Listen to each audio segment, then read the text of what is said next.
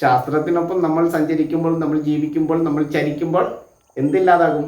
അഭിപ്രായം ഇല്ലാതാക്കും, മതം ഇല്ലാതാക്കും. അപ്പോൾ എന്തിൽ വിശ്വസിക്കണം?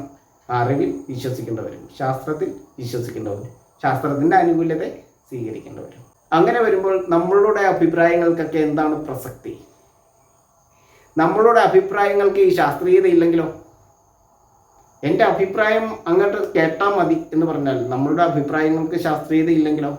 അത് അറിവാകുമോ? അറിവാണ് അഭിപ്രായമെങ്കിൽ അറിവല്ലല്ലോ നമ്മൾ പറയുന്നത്. നമ്മൾ പറയുന്നത് അറിവാണെങ്കിൽ അത് അഭിപ്രായമല്ലല്ലോ, അത് അറിവല്ലേ? ഓക്കെ, നമ്മൾ പറയുന്നത് അറിവാണെങ്കിൽ അത് അഭിപ്രായമല്ലല്ലോ, നമ്മളുടെ അറിവല്ലേ, അത് ശാസ്ത്രസംബന്ധിയല്ലേ. അപ്പോൾ അറിവ് സംസാരിക്കുമ്പോൾ മതത്തിന് എന്താണ് പ്രസക്തി? നമ്മൾ അറിവാണ് സംസാരിക്കുന്നതെങ്കിൽ അവിടെ അഭിപ്രായം എന്തിനാണ്? അതാണ് ചോദ്യം.